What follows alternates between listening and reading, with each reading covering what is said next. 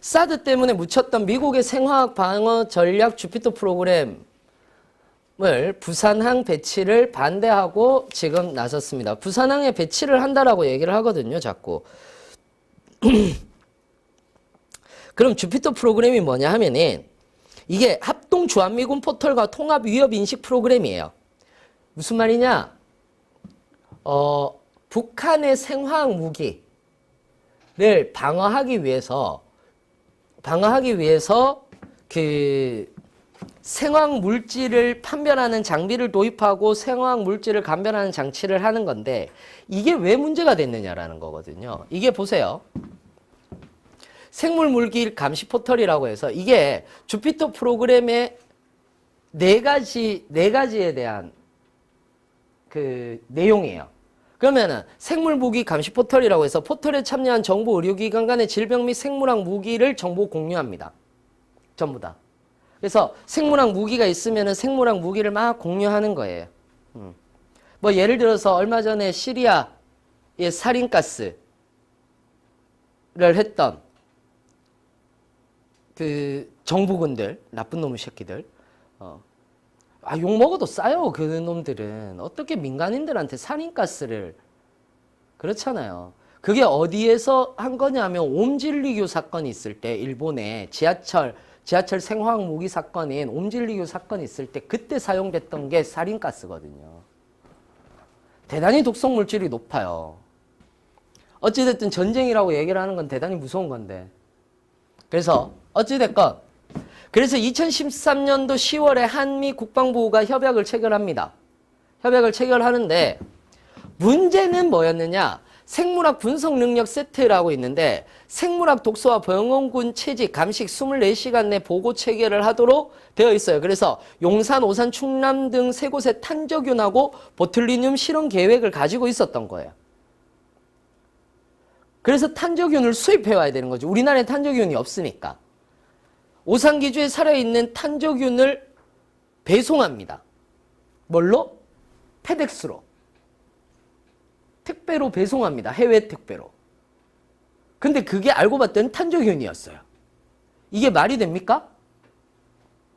군사인데 페덱스로 국군에서 미군에서 얘기한 거잖아요. 야, 페덱스로 탄저균 좀 배송해라 해서 페덱스가 탄저균을 배송한 거잖아요. 그래서 이게 밝혀지고 5월 27일 날 실험 도중에 또 긴급 폐기를 합니다. 근데 긴급 폐기를 했는데 폐기물 장소가 어딘지를 밝히질 않았어요. 군사 기밀이라고. 이게 대단히 불안한 거죠. 그렇잖아요. 계속 노출되어 있는 거예요. 그래서 환경평가 감식기라고 해서 대기 등 환경에서 생화학무기 병용균 상시 탐지를 해야 되는데 2014년 9월 12일 9월에서부터 12월 오산기지에 탐지 시스템 2기를 배치하고 실험을 했습니다. 그런데 문제는 얘들이 미세먼지하고 탄저균하고 구분을 못 해낸다는 거죠.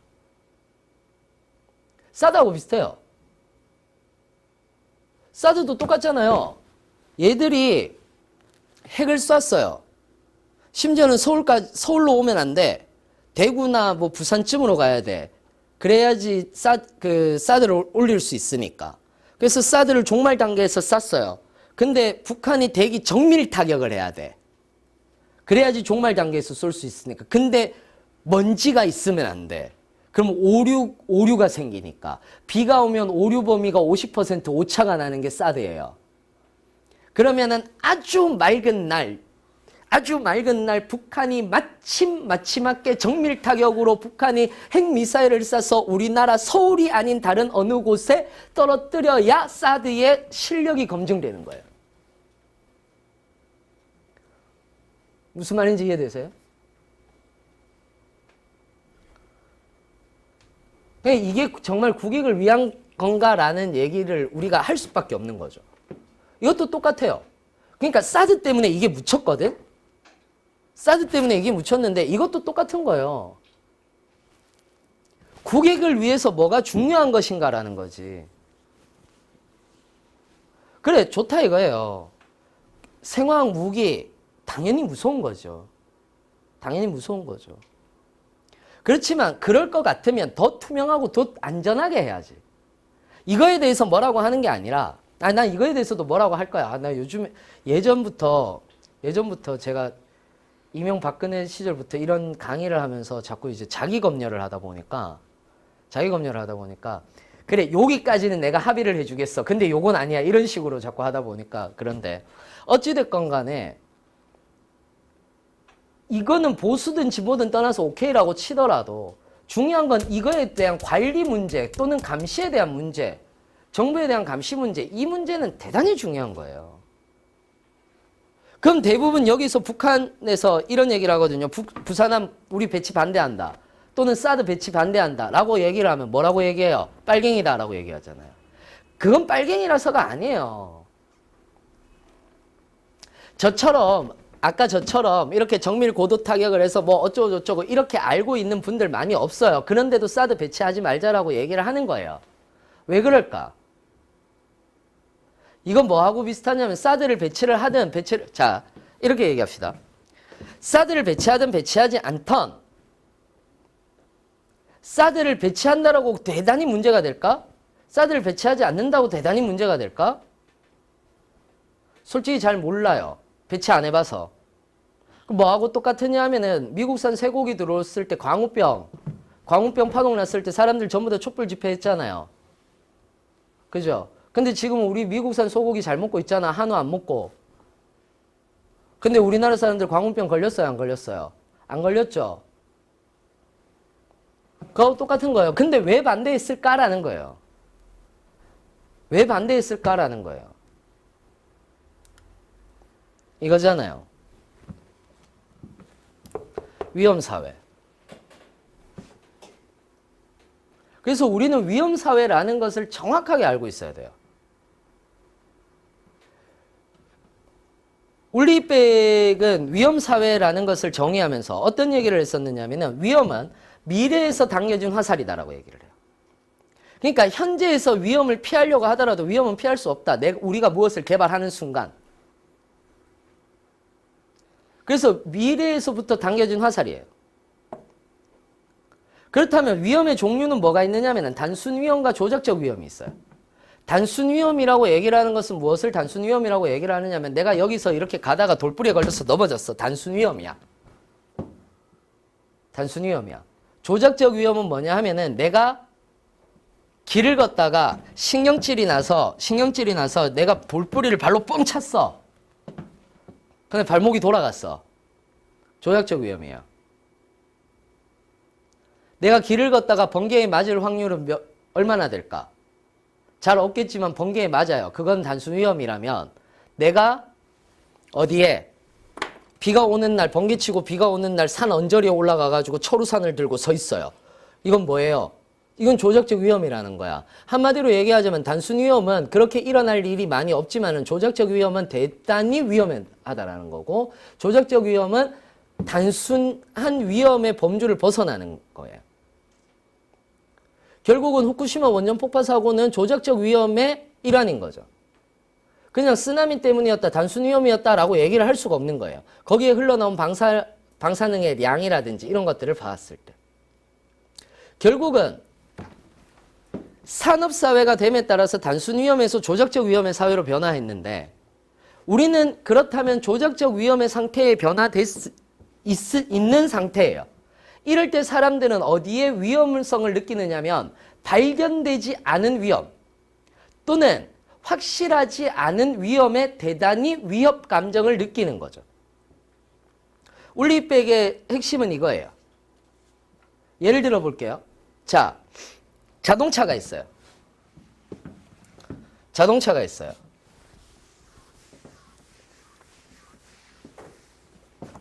그래서 자동차가 있어요. 비행기가 있어요. 뭐가 더 위험해요? 뭐가 더 위험해요?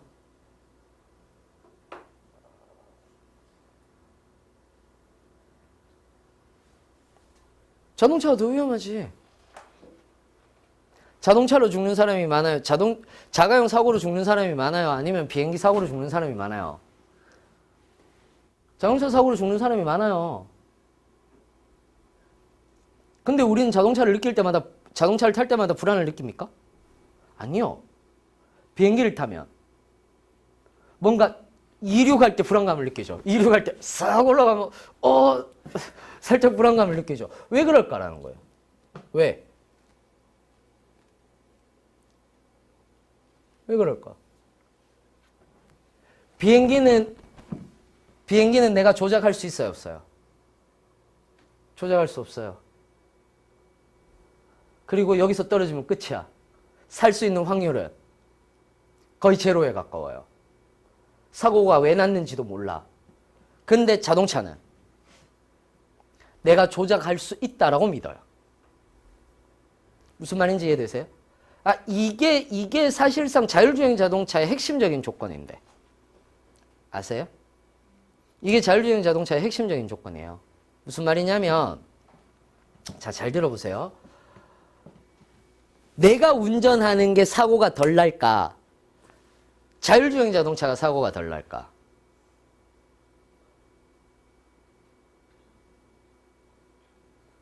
자율주행 자동차.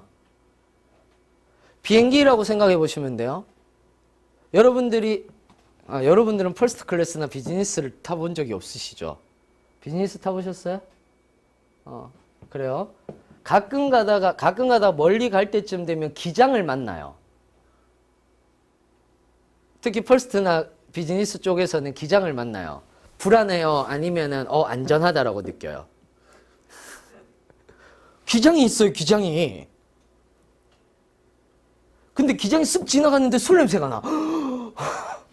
완전 쪼는 거지. 안전해요, 불안전해요? 기장을 만나면 안심을 해야죠. 왜? 자동주행 장치니까.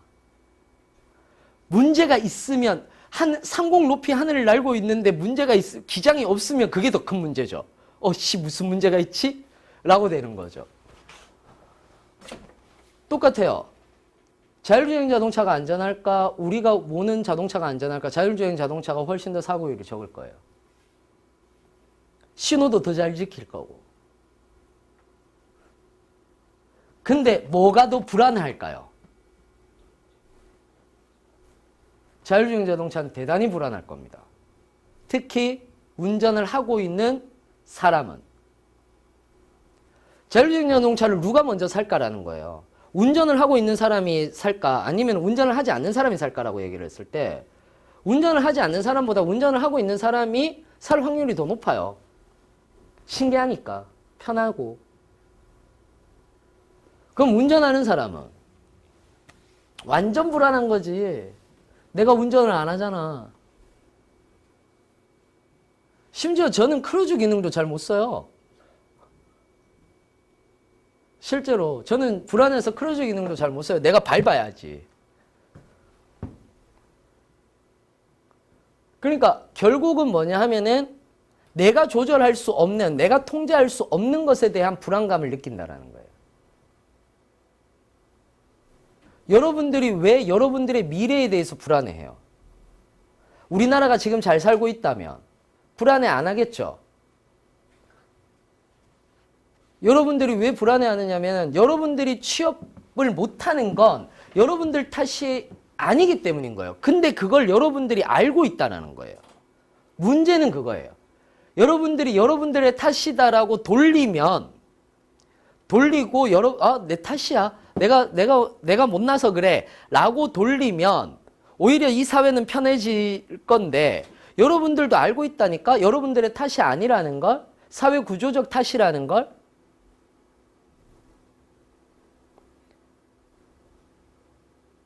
그 문제예요.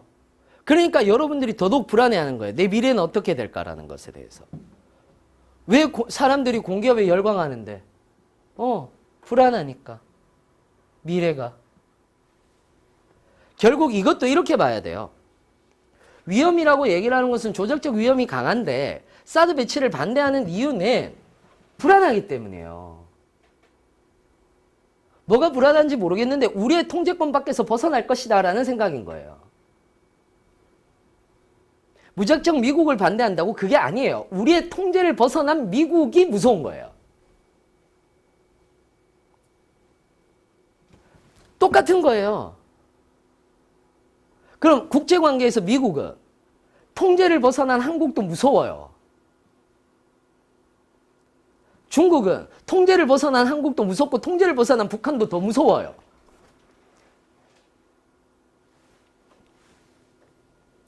북한이 통제를 안 받고 있다고 생각하십니까? 아니에요.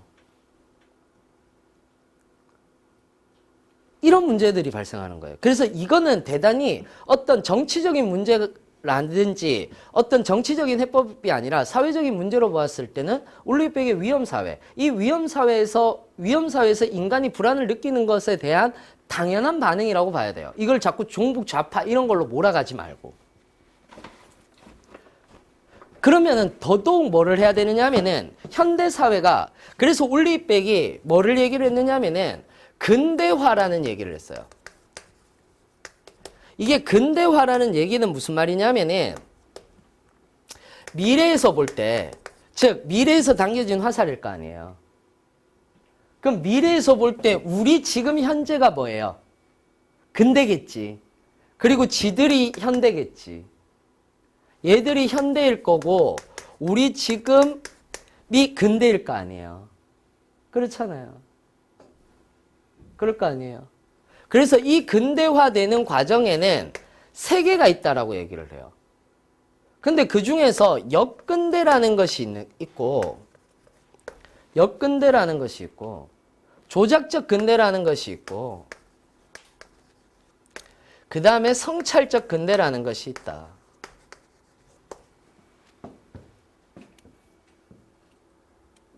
그래서 앞으로 우리는 성찰적 근대가 필요하다. 현실의 인식의 기초에서 라고 얘기를 하는 건데, 역근대는 뭐냐 하면요. 역근대는 이거 위험한 줄 아는데 하는 거예요. 그냥.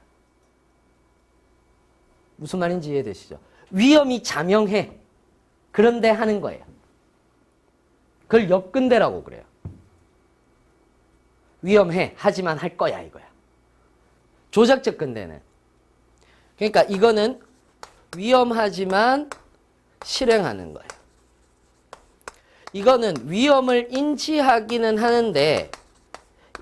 하는데 조작적으로 일단 위험을 회피하는 전략이긴 해요. 회피하는 전략이긴 한데 대부분 그냥 여론을 잠재우는 방법이에요. 막 여론이 들끓어요. 그러면은 야, 내가 이렇게 해줄 테니까 일단 요건 넘어가자. 이렇게 얘기를 하는 거. 이걸 조작적 근대라고 얘기를 해요. 그래서 마치 위험을 넘긴 것처럼 보이는 거죠. 성찰적 근대라고 얘기를 하는 것은 위험을 감지하고 미리 진단하고 회피하는 전략이에요. 그게 무슨 말이냐? 이걸 해요. 그러면은 A를 해요. B라는 위험이 도사리고 있을 것 같아요. 그러니까 쭉 하다 보면은 B라는 위험이 도사리고 있을 것 같아요. 그럼 여기서 회피하는 거예요. 자, 이 방법으로 가자. C 방법으로 가자. 라는 거예요. 그리고 쭉 가다 보면은 미래에서부터 오니까 D라는 위험이 도사리고 있을 것 같은 거예요. 그러면은, 그러니까 위험을 벗어날 수는 없는 거거든. 어찌됐든 우리가 하는, 인류가 하는 행위는 모두 위험이 다라고 얘기를 하는 거죠. 올레이백은. 그러면은 이렇게 가다 보면은 이렇게 가자. 또 이렇게 가다가 이 위험이 발견되면 이렇게 가자. 이거예요. 그래서 위험을 자꾸 뭐 하자? 차연, 미루자. 차이를 두고 미루자. 연기시키자. 라는 얘기를 하고 있는 게 울리이백에 대한 얘기. 울리이백의 얘기예요. 이해되세요? 그러니까 이러한 사태를 우리가 보았을 때 반드시 뭘로 봐야 되느냐 하면은 위험사회라는 개념으로 좀 보시면은 좀 편해요. 이런 것들은. 무슨 말인지 이해되시죠? 그들을 자꾸 어떤 프레임에 집어넣지 말고 빨갱인가 진보인가 아니면 이런 건가 라고 하지 말고. 그러니까 이거죠. 진보주의자들은, 예를 들어서 진보주의자들은 이런 거예요. 그래, 사드가 문제야 이게 아니에요. 사드가 문제야가 아니에요. 정말 울리이백의 위험사회로 진단을 하는 학자들은 어떤 얘기를 하는 거냐면, 그렇다면 정부가 하는 역할은 무엇인가라는 거예요. 이 불안감, 국민의 불안감을 해소시켜 주는 것이 국가의 역할 아닌가? 이 얘기를 하는 거죠. 이해되시죠? 그거예요. 그게 올리브백의 얘기예요. 오케이? 이해되시죠? 올리브백에 대한 얘기.